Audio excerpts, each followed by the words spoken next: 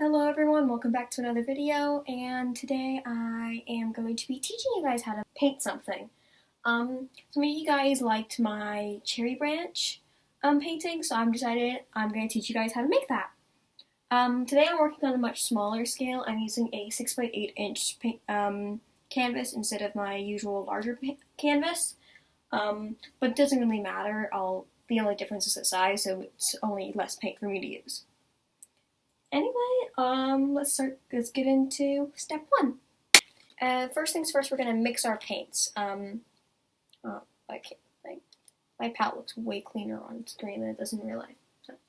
So first things first, we're gonna need to mix, for a cherry blossom, we're going to need to mix our pinks and our brown. So I'll get back to you when I've done that. Brown, I'm just gonna use some black and orange and yellows. And for pinks, it's just red and white. So you see here, this is how I set up my palette with yellow, orange, and black at the and red and white in this one. If you look back on my old video, you'll see I have a bunch of different shades of pink, and that's just how I do it so I can add more pink and more red into different shades.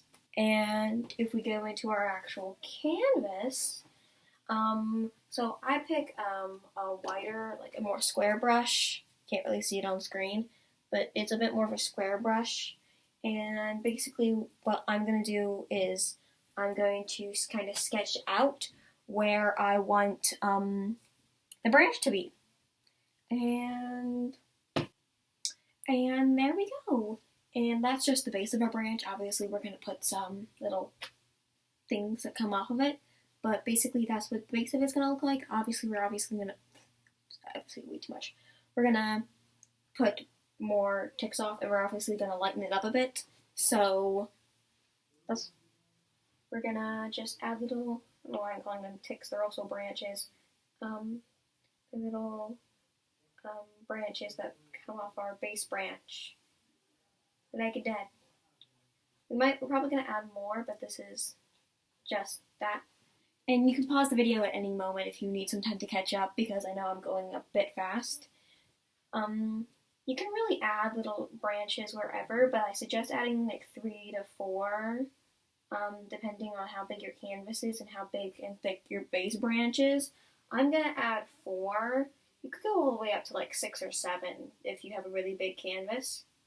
But if you have a small canvas like mine, 4 will do just fine. And if you look at my old video, you'll probably notice that I had a pink background. I thought the pink background kind of took away from the pink in the branch itself. So I'm just going to do a white background, but if you feel like you want to do a pink background, you can obviously paint the background pink. I'm going to wait for this to dry up, and then we can start adding more of the pink and colorful stuff. So now that it's completely dry, you can probably see I added some more little branches that came off the base branch. You don't have to add these, I just added them to add more depth. They're obviously not mandatory, but like I said, I added them for depth. What you're going to do next is take a new brush. If you don't have one, just wash off your old brush, and we're going to start adding the pink stuff, like the cherry blossoms. So I actually mixed together my red and white to make this base pink. We're going to obviously add different shades of pink, but I'm just going to start off with a base pink. So what you're going to do is you're going to add a bunch of dots. You probably can't see it from this angle, but basically you're just going to want to make some dots. As you see, we're going to add some base dots, and just a red and white mixture, not very much. This is going to be what you're going to base your other pinks around. It's going to go darker and lighter from this. Then you're going to want to take some white and go around these base dots with white. These will add this will make a lighter pink. And basically, yeah, we'll start adding whites, and it's okay if the pinks aren't completely dry, as long as the branch itself is completely dry, because you're not going to want that brown mixing in with your pink. Basically, you're going to constantly be putting white on your brush and going around these base pink dots that you've made. You shouldn't be adding any more white to your brush. You should just be going with white. we'll be adding more pinks and some more reds later. But for right now, we're just getting your lightest of your lightest on. So adding lots of white onto your base dot pinks. And you should end up with something like this. It looks pretty light, but that's what it's supposed to look like. You're supposed to have a really light pink because you can always go darker, but it's a lot harder to go lighter once you go pretty dark. Now for this, you have to make sure your branch is pretty dry. Otherwise, like I said, you'll be getting brown mixed in, and that is not what you want. You want to have a dry branch so you can have as light of pinks as you can get. Now, obviously, you probably can see on screen that there's quite a bit of pink in my white. That is okay. At one point, your palette is just going to be, that half of your palette is just going to be all pink. It's normal for this. And if one side of your branch looks a lot lighter than the other side, just add more white to the side that looks darker. It doesn't all have to be the exact same color. It's meant to look textured and stuff like that, but try and get a pretty even color-wise. Once you have a good lighter coat, you're going to want to go back to your base pink and add some more of your base pink on. It can be in little splotches. Just make sure it looks textured like a cherry blossom tree. And if you're using a pink background, you might just want to go around the edges with your base pink while you're mixing in the white, so that way your background does not blend in to your cherry blossom tree. You're probably seeing I'm adding some more white because it's a bit dark, and I don't want to add the darker too close to the outer rim. So your tree should look a little bit like this now. And if you're worried about your branches getting covered up, we're going to go over those branches again later on. But at the moment, we're just trying to get these leaves and blossoms to look really textured. And if you want to go a little bigger, it's pretty good to go a bit bigger because you want to completely surround your branches. Now we're going to take our red, and around your branches a bit more, we're going to add some red around the branches. Now you don't want to add too much red on the outer rim because that'll contrast with the white, which will make everything within it look a bit lighter. And you want to still keep everything looking pretty light for a darker pink, not white. Simple color theory. It's confusing when I explain it.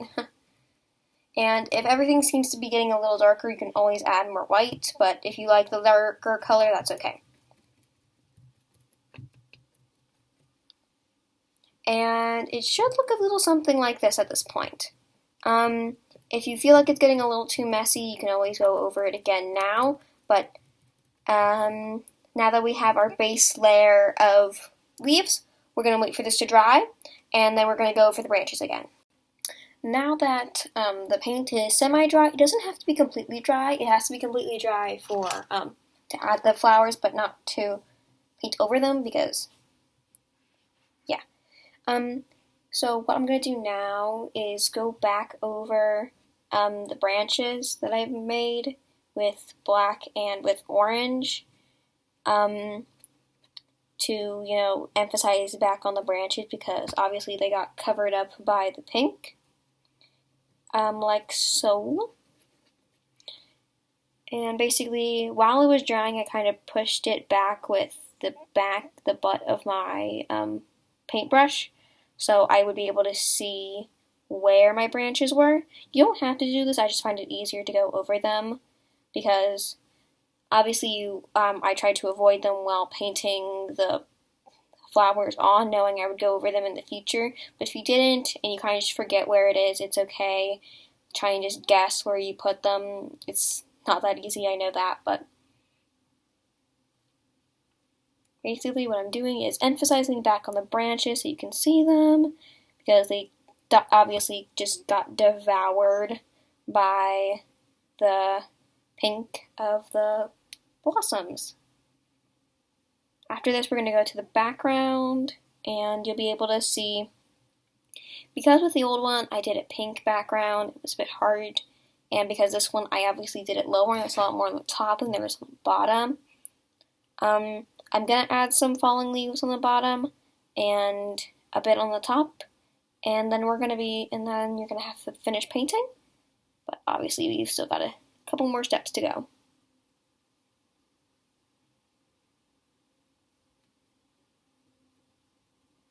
And voila, once you've gone over all your branches one more time, because they got devoured, you're going to get a new brush or wash off your brush that you've been using.